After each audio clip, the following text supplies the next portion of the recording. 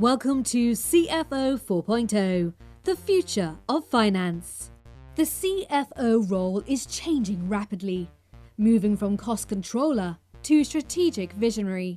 And with every change comes opportunity. We are here to help you take advantage of this transition, to win at work, drive your career forwards, and lead with confidence. Join Hannah Munro, Managing Director of ITAS, a financial transformation consultancy, as she interviews key experts to give you real-world advice and guidance on how to transform your processes, people, and data. Welcome to CFO 4.0, the future of finance. Hello, everybody, and welcome to this episode of CFO 4.0. With you today, I have Aaron Harris. Now, Aaron, for those of you that don't know, is the CTO of Sage. So CTO obviously stands for Chief Technology Officer. So welcome, Aaron. It's lovely to have you on the show. Oh, thanks for having me. It's great to be here. And obviously, I very much have had loads of conversations or heard lots of conversations around Sage, around the concept of AI. So really excited to explore that topic with you today. But before we do, perhaps we could start with a bit of a background. So tell us a little bit about how you ended up at Sage and your journey into that position of CTO. Yep, great question. I joke that I've got a very short resume. Actually, I was working with at one of the big six accounting firms in the late '90s on the on the technology side of things, and I realized pretty quickly that just wasn't a career that fit for me. And around the same time, I was introduced to a gentleman named David Thomas, not the Wendy's David Thomas, for those of you in the U.S. who are familiar with Wendy's. Um, David had this idea for a web-based accounting solution, pretty novel back in the late '90s, and he convinced me. It didn't take a lot of convincing to move to Silicon Valley and to help him build the product and bring it to market. So that was 24 years ago. We built that with lots of ups and downs and lots of required patience and resilience into a pretty healthy, sizable business in 2017, and we sold that business to Sage. I continued doing, what I did for Intact after the acquisition until Steve Hare became the CEO, and he asked me to join him on his leadership team as the global CTO. So I feel like this is sort of chapter 2 of my career. It's a lengthy career, but it only has 2 chapters, I guess. But those 2 chapters span quite a long time. So tell us a little bit about sort of how you've seen the transition in what's asked of and what's required from finance over those years. Sure. The evolution is, I think it's similarly doesn't take a long answer. We're essentially seeing this evolution from CFOs and finance leaders as record keepers, as primarily being responsible for compliance and for sort of the non-negotiable financial reporting, for managing the budget, for sort of driving operational discipline, but more fiscally based. That is making this journey into more strategic roles, and it's that journey has been paired with the evolution in technology. So as businesses are digitally transforming, accounting as a record keeping system just doesn't make sense anymore. With the business, becoming more digital, the accounting system has to be plugged into the business. Workflows have to be orchestrated across, all facets of the business. And so CFOs are quite naturally becoming more strategic, and are being picked to sort of lead the digital transformations within their business. So now, that we've made, I think, pretty impressive progress in that digital transformation journey, we're getting into this stage now where CFOs are looking forward. They're plugged into the business. They've got their digital nervous system, if you will, bringing loads of data into the tools, whether it's their accounting or their financial analytics. that are enabling them now to really uncover the insights, whether they're risks or opportunities that the company should plan for in the future. So from ledger keeping to sort of leading the digital transformation to now being sort of the viewers of the future that can steer the company based on all the information they have access to. Amazing. And Sage actually recently released a report. So, the secrets of successful CFOs. Tell us a little bit about some of the interesting findings within that report. Yep. So we interviewed a little over 1,200 CFOs and finance leaders, and this was a global survey. So it was UK, US, many countries in Europe, and the findings are probably not surprising to the audience. The first real I think the first real high headline finding is exactly what I just talked about. That CFOs are not the budget masters anymore, right? They don't just want to be the strategic leaders. They don't just aspire to have a bigger impact on the success of the organization. It's expected now, and so that's obviously a top finding. Another really interesting headline to me was, in the survey, we asked the CFOs about how they felt personally, how successful they were in their job, which is kind of a tough question, I think, to sort of treat scientifically in a survey. But one of the things that really stood out to me was that the CFOs who felt successful were spending time on activities and skills that were really stand out different from the full population of CFOs. And the two that really stood out to me are their focus on leadership, which I didn't expect, frankly. But I think that does reflect the evolution of the CFO. But the second is their focus on technology.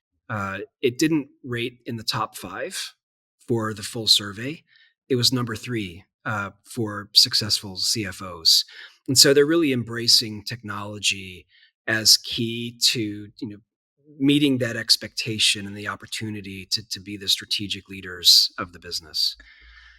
There was another headline here that I think it matters a lot, and we probably don't talk about it enough. And that's sort of the work-life balance, the human side of finance. It's a tough career, and it's a career where we're sort of struggling right now to get students and universities to choose as a career path. And it's precisely because the demands of the job often make that work-life balance just really tough to get right. So there's this tie between technology, right, and automation that leads to more control over the work-life balance, which was another big takeaway.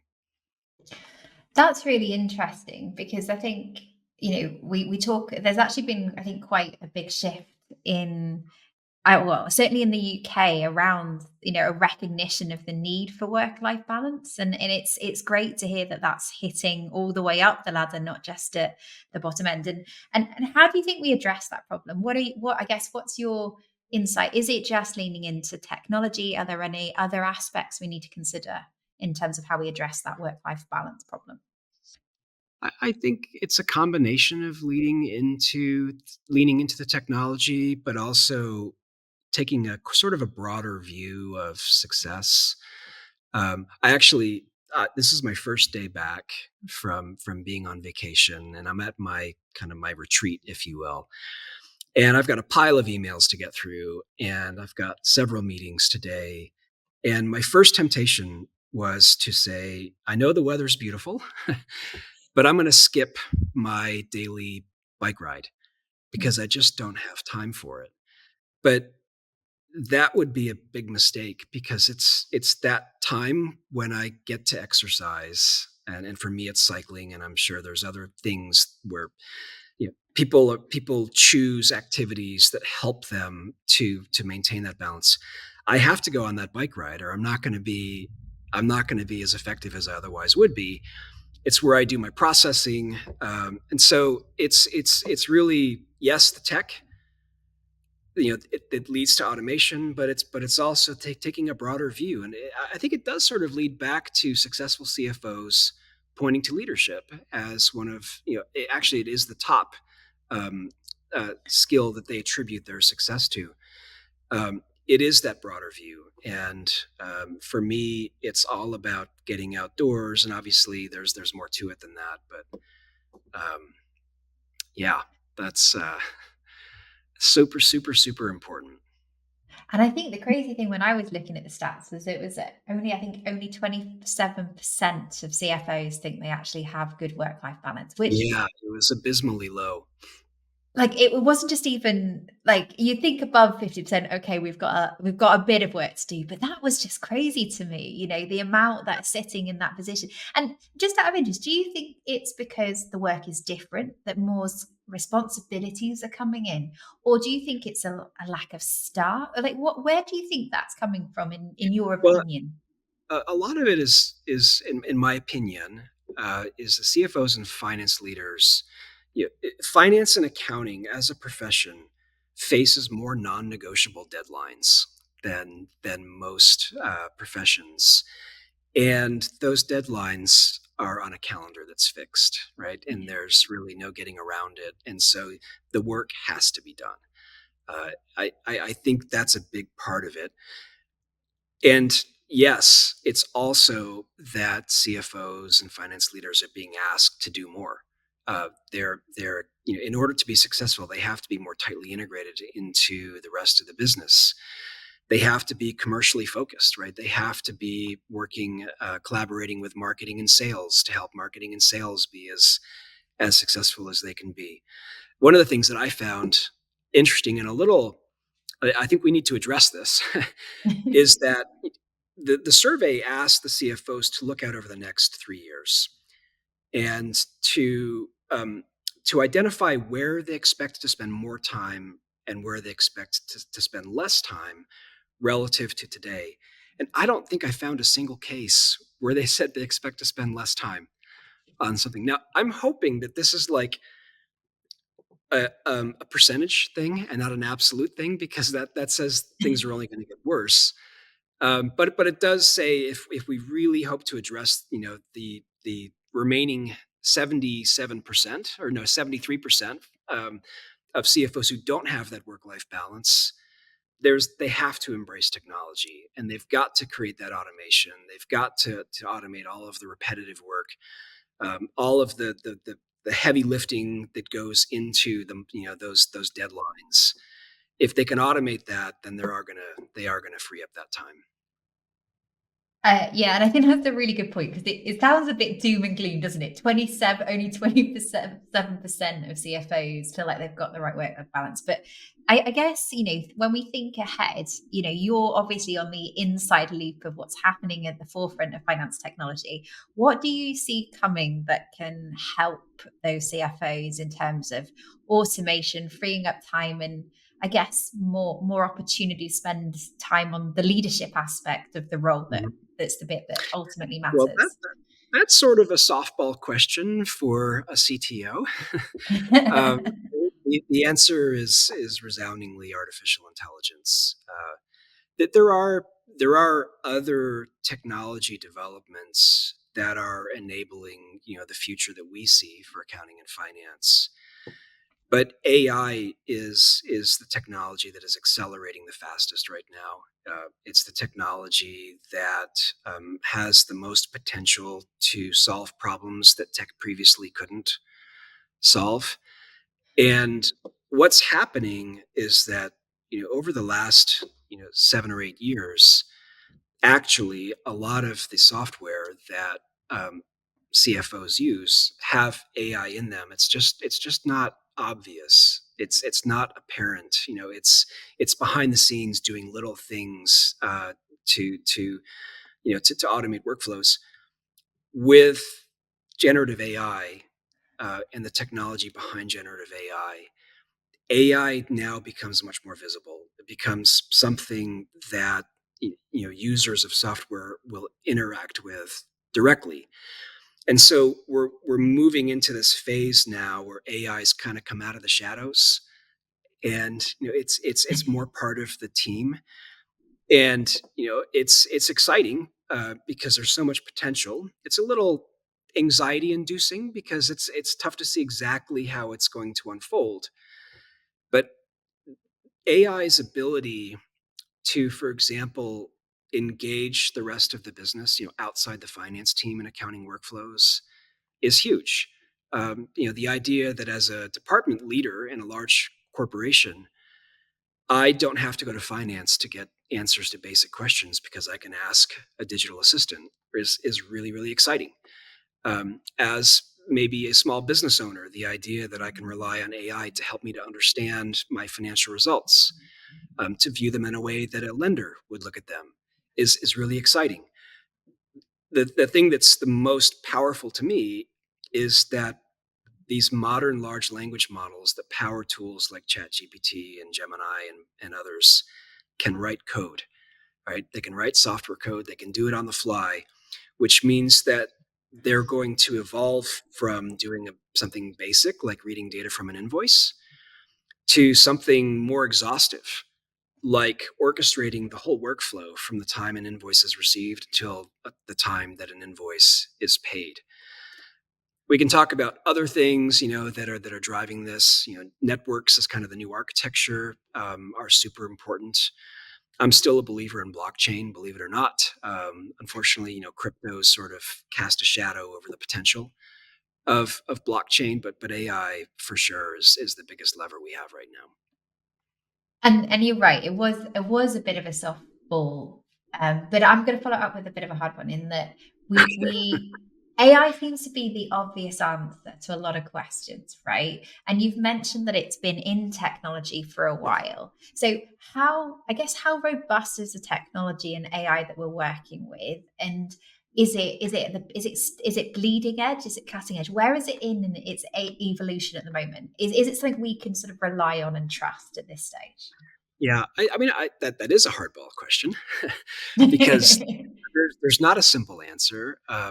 There is some AI that we've been using for years that you know is getting more and more accurate. But I think more importantly, in the way we use that AI, we're building experiences for users where they trust the AI to do the job, even if the AI isn't as accurate as a human would be.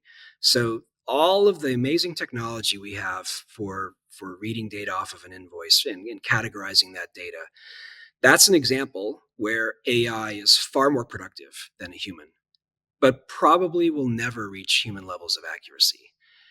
And so in that scenario, you have to view this as a partnership where the human user, if you will, is the supervisor, right? Is reviewing the work where necessary, is approving where necessary, and there's that sort of relationship developed. With generative AI, with things like digital assistants, that dynamic that I just described, we're still working on, as an industry, and it's even more important. This idea that you can interact with AI conversationally and very naturally, um, it creates a much broader field of play, if you will, for the types of things that AI can do. And so getting that relationship of trust with the user right is really, really challenging. So, for example, one of the things that we do with Sage, Sage Copilot, is we will provide a means for a user to get the details behind an answer, right? Or to go to the source of data for an answer, so that we're building this confidence in the ability of the copilot, with that user over time. So that's absolutely critical. I think we're going to be on a constant march of getting the accuracy of AI better. I think the more important thing is the march of ensuring there's trust between the user, the human, and the AI, if you will. And we talk a lot about data privacy, data security, because data is sort of the fuel for artificial intelligence. we talk about the risks of bias and the sort of the ethical implications for AI that's not accurate or that's biased and causes problems. And we absolutely have to address those. The trust that I want to address is a small business owner who has to reconcile their cash balance, uh, being comfortable handing that off to AI for something that's so mission critical to their business. If you get that reconciliation wrong, it might mean missing payroll. It might mean not being able to put in an order in your supply chain. So that's the bit I think that's equally, if not more important than the march towards more accurate AI. It's the march towards more trusted AI.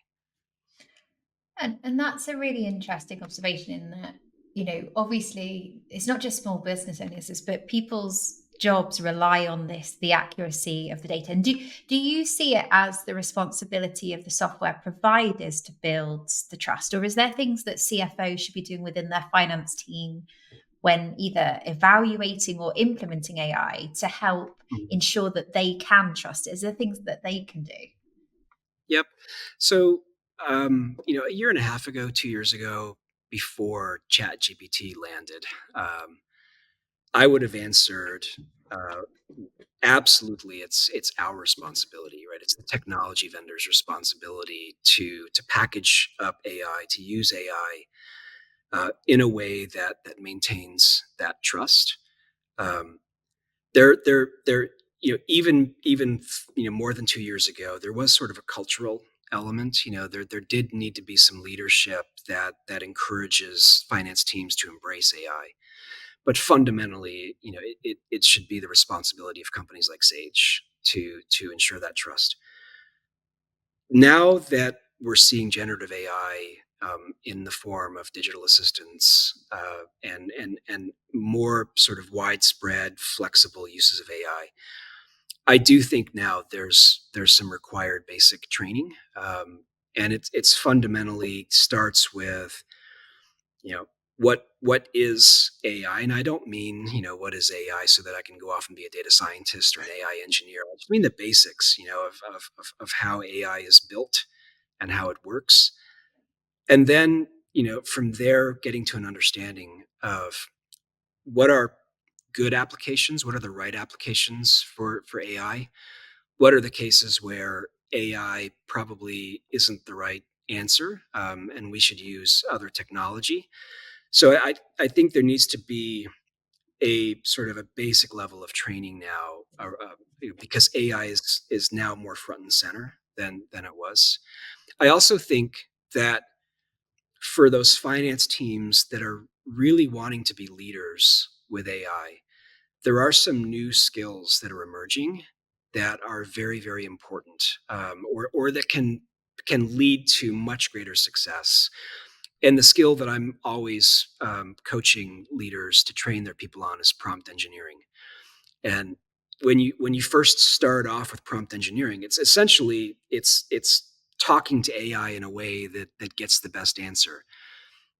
There's actually quite a bit more than that. And so if you can get good at prompt engineering, this the way of interacting with large language models and the tools that are built with that can lead to far more productive and more accurate outcomes than otherwise without that training. Now, for the £1 million question. What is the best finance software for your business? Is it A, Sage 50? Is it B, Sage 200 Standard? C, Sage 200 Professional? Or D, Sage Intact? An impossible question to answer without a lifeline. But we have the perfect lifeline for you. Our free quiz, Which Sage product is right for you? Will tell you which product is the best fit for your business in just 5 minutes. All you need to do is head to www.itassolutions.co.uk and answer a few simple questions. And you made a really interesting comment then. You said deciding on which problems AI is the right tool for the job. And you mentioned that there might be some circumstances where AI isn't the answer. What are those circumstances that you see at the moment? Where do you think AI is not the right tool? Well, this is maybe reflects our values and the way that I've sort of pushed our vision at Sage for technology. We always talk about elevating human work, and you can unpack that, and people can interpret it in a lot of different ways. But if you really look into what sets a human apart from technology, it is that ability to empathize, right? It's that ability to understand the broader context.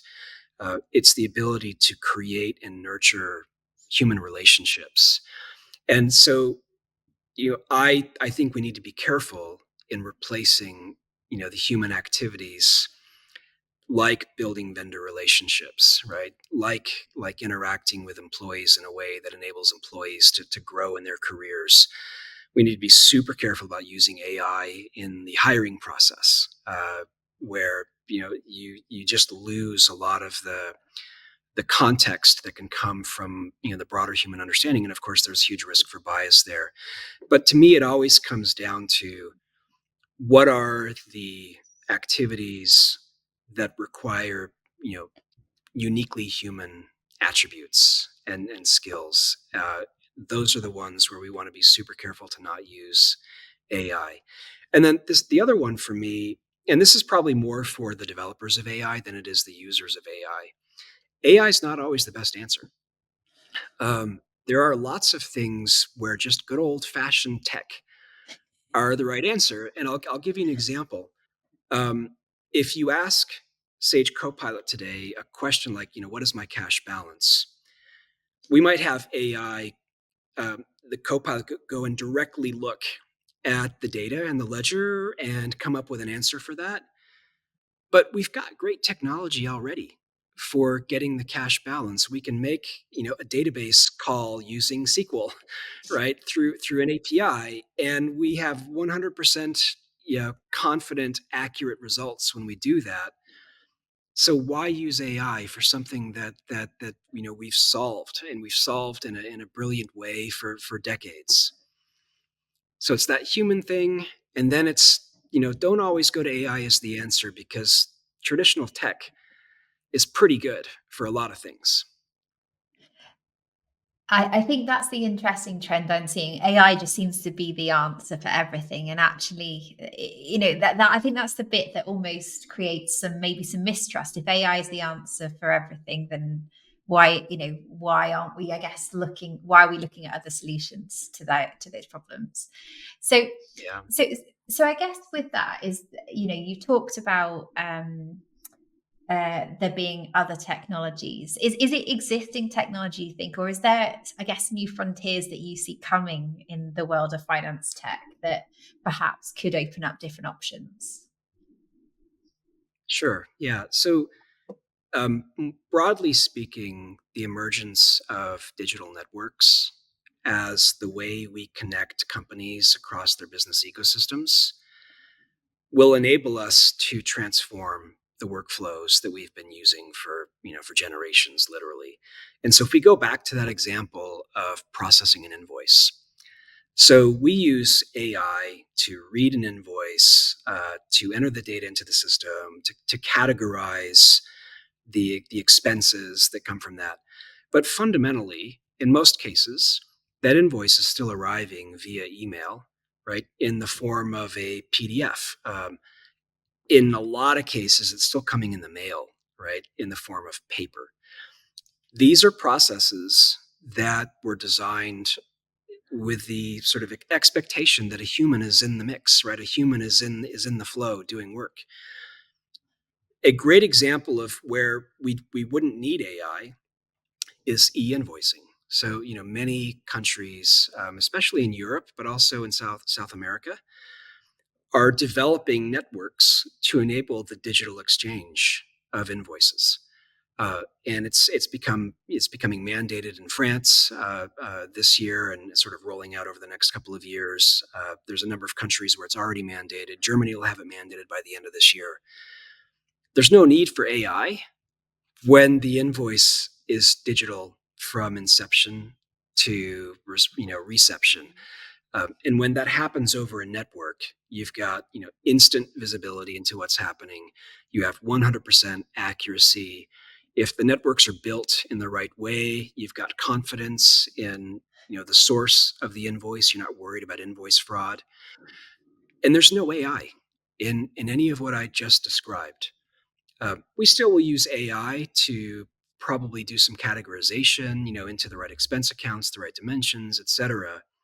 But fundamentally, e-invoicing is a better solution than using AI to read a paper document that maintains the workflows that we've been using for generations.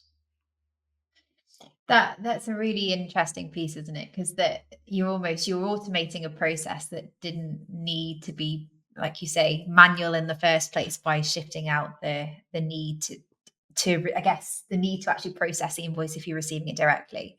Um, yeah, and I guess in terms of that's obviously hitting France and Germany, and is it going to be hitting? Do you think it's going to hit wider? Do you think it's going to be a global piece, e-invoicing, from what you've seen and heard?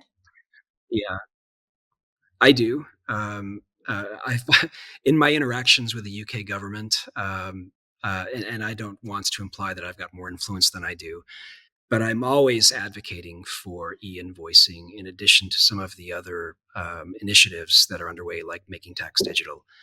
Uh, E-invoicing is across the world the number one source of fraud, and that fraud disproportionately harms small and medium businesses.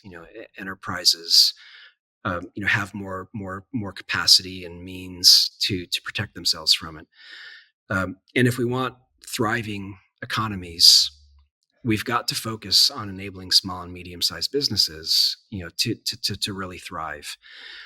The other aspect of this is governments are using e-invoicing to sort of bring hidden, you know, markets, if you will, into the foreground.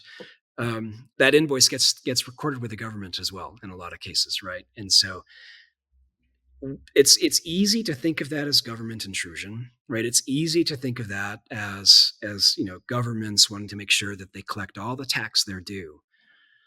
But what it's doing also is it is accelerating this push into fully digital, financial workflows, and we think that's really really exciting.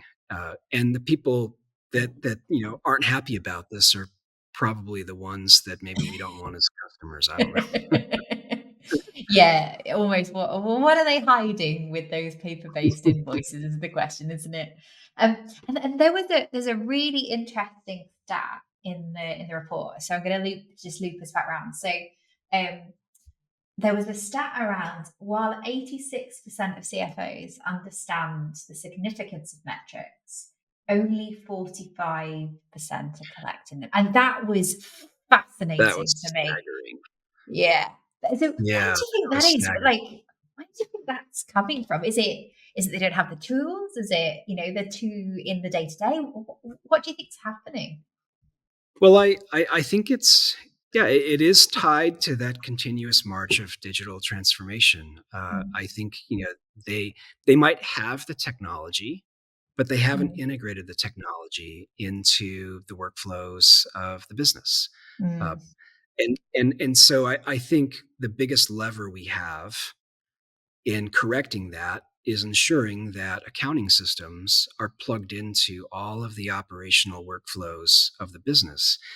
If you go back to the accounting systems that were designed, in the 80s and 90s, and even some of them today, um, they're designed around the limitations of computing, you know, 30 years ago. And so they they primarily are designed to support compliance, right? Financial, the required financial reporting. And so they have things like batch processing. They have things like sub-account codes. They have, month-end summaries that they're dealing with. And all of those things are just a throwback to when we didn't have the technology, the computing power to be more robust in what we capture from a business. And so a modern accounting system is multidimensional.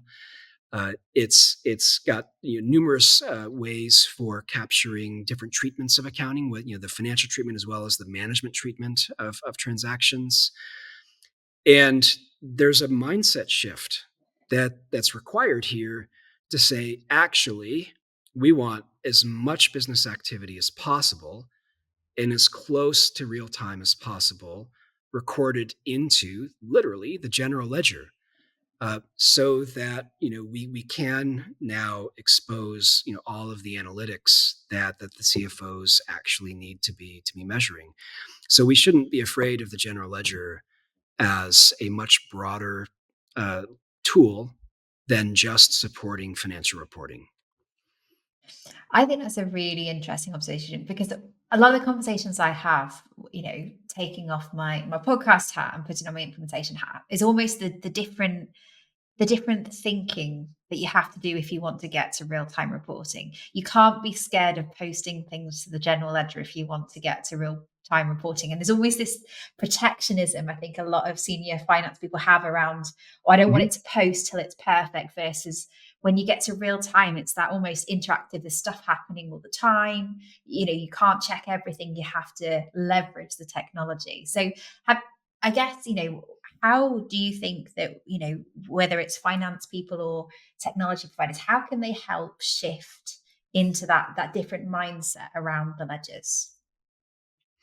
Well, I do think that this is another example where vendors have some responsibility. So I can't simultaneously say to my customers, bring loads more data into the general ledger, in more real time with less human review, without also telling them why they can trust, and maintain that confidence in the data that's flowing. So when we first built the AI team at Sage, this is going back 6 years now. The first capability I had the team work on was confidence in general ledger data. Uh, and what emerged from that is what we call outlier detection. But it's basically AI that uses a number of different machine learning models to evaluate general ledger transactions to identify, what might need human review, because it's aberrant from the way transactions have been recorded in the past. In many cases, what AI is uncovering is a legitimate change in business performance, a legitimate change in the characteristics of the business. But aren't those also the things that we want the accounting team to see and review? So it does, I think, come down a lot to the vendors, people like Sage, right, that are building these general ledgers, that there has to be this equal focus on automation and confidence or trust. So, I always talk about the three areas of innovation being continuous accounting, continuous assurance, right? Because you can't have automation without confidence. And those two things leading to continuous insights. Without both of those, right, you don't make the progress that you need with the insights that come from the data. Yeah, and what's really interesting, and we've talked a lot about AI today, but like we said, it's not just AI, but when you look at those that have incorporated AI capabilities, I think in the report it said 87% of CFOs who've incorporated AI report a significant effect on their businesses.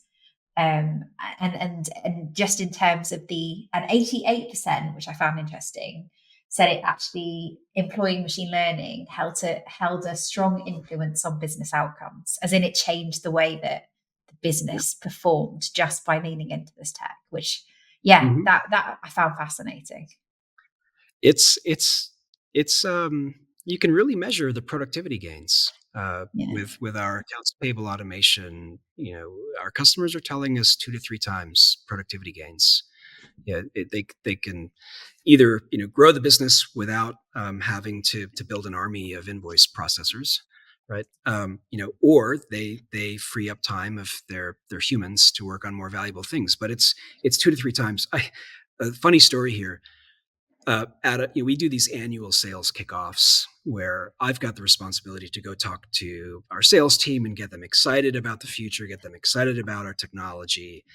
And I was really excited to tell them the story about AP automation because it's such a great, sort of easy to tell example to a customer of here's the results you're going to get. And and I said, this thing sells itself.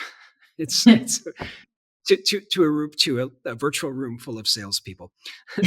So, how did that go down? yeah, I don't know if I lost any friends with that. And to be clear, we very much believe that humans have to be part of that process. But I guess the bigger point is it's not hard to measure the performance or the productivity gains that you achieve by implementing this technology. It's really easy to see the impact. It's getting over that initial upfront investment in terms of getting staff to embrace it, implementing the technology, living through the first small period of time where the AI is getting really, really capable. But once you've gone through that, it's I shouldn't say no brainer. I learned from past mistakes here, but it is really, really easy to see the productivity gains, and it's easy to measure. And I guess that's the piece is if so reflecting maybe on where they spend their time and what was really again, and I'm going to leave everyone on this final thought from the report, which was CFOs spend over 4 hours daily, and if you just assume that you're working a normal 8 hours a day, right, over 4 hours daily on tasks outside traditional finance activities, and I guess the question that we have to ask ourselves is that enough? And then if not, how can we use technology and what are we using those other 4 hours to do in the day? And that I think is an interesting reflection point. Yeah. There's a great quote from one of our customers that I think really captures the psyche of finance leaders. So I was talking to a woman who is the head of finance for a large family office, and she said, "Well, fundamentally, I mean, we were talking about getting the monthly close, down. Like, how do we get it down from whatever it is today to nothing? Right? You're always ready to report." And she said, "Well, fundamentally, we want to be the reviewers, not the doers." And I think that's the real question to ask when you look into the 4 hours that finance leaders are spending on accounting. Are they doing or are they reviewing? Right? Are they doing or are they uncovering insights? Or are they doing or are they analyzing? And for that to happen, we've got to embrace technology and its capability to automate the repetitive, to build more confidence in the reliability of data, to actually find the insights, to perform the analytics. No, I think that's I think that's the question we all have to ask ourselves is, and I love that term. I think that's a really good way for people. Are you a doer or a reviewer? And and I guess that's the point of reflection for all of our listeners to think through which side of the fence do they fall on. So I'm very aware that we're rapidly running out of time, and I'm going to ask you one final question before we finish. But for all of our listeners, if you have enjoyed this conversation, you'd love to explore more in the world of AI and what's coming. Aaron and I are actually doing a special well, it's not live in the studio, but it is the studio-based podcast talking all about the future of AI and technology and what that means. So that is going to be released in the near future, and we will put the link to that recording and the ability to access it in the show notes. So if you're interested, please do sign up. It's part of an entire series around this report, around some of the outcomes that we talked about today, actually, all about the secrets of successful CFOs. And so before we finish, Aaron, for those that are interested, I guess, in taking that plunge and shifting that more automated, continuous analytics approach, what are your top tips? What do people need to think about before they sort of venture into the world of AI and other technologies to automate finance? So I think the first question is, not where can I use some AI to get a better outcome. It's what are the biggest challenges? What are the what's impeding the business today? Like, what are the things that are keeping my monthly close at 3 weeks when I need it to be like 3 days, right? It's starting with sort of understanding and calling out what's needed, what's important, right? What are the biggest levers a company has to be successful, and then from there, determining what's the best approach to solve that problem. And in many cases, that approach is AI. One of the mindsets that I've had to change over the years, this is me as a CTO, right? One of the mindsets that I've had to change over the years, and especially in the last 2 years, is the sort of artificial limitation in my brain of what technology can and can't do. And you've got to embrace this mindset now that more likely than not, there is an AI solution or a more traditional technology that can solve that problem. Right. So we don't have the same technology limitations today that we've had in the past. And so just embracing this optimistic view that there is technology available. There are the means are there for me to solve this problem with today's technology. We don't have to wait for technology to advance any further.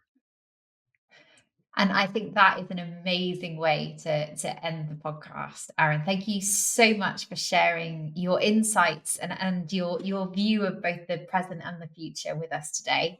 And to all my listeners, if you are interested in exploring more this topic, please let me know. Please do reach out with your questions, and I will see if there's any of them I can sneak into our session in September around this particular topic around AI in the future. So thank you again, Aaron, for joining me on the podcast.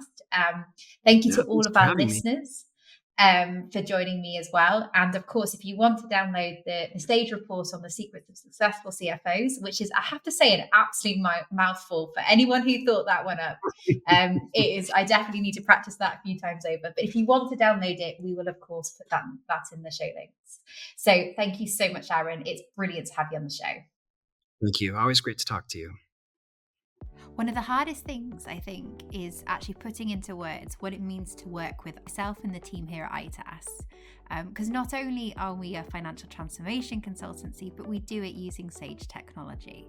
So rather than me tell you how awesome we are, let me introduce one of our customers. Working with ITAS has dramatically made our lives simpler, because there's just such a knowledgeable team there to help us. Before, we felt the consultants we were working with at another company, it was always a challenge to get information out of them, for them to understand the problem, and it just didn't feel like they were on our team. Working with ITAS, it's almost, we feel like you are all employed with us to work with us to do it. It's an absolutely fantastic relationship, and it's just made it such a smoother process and an absolute fun process working in Sage Intact and coming on our calls. I look forward to it now.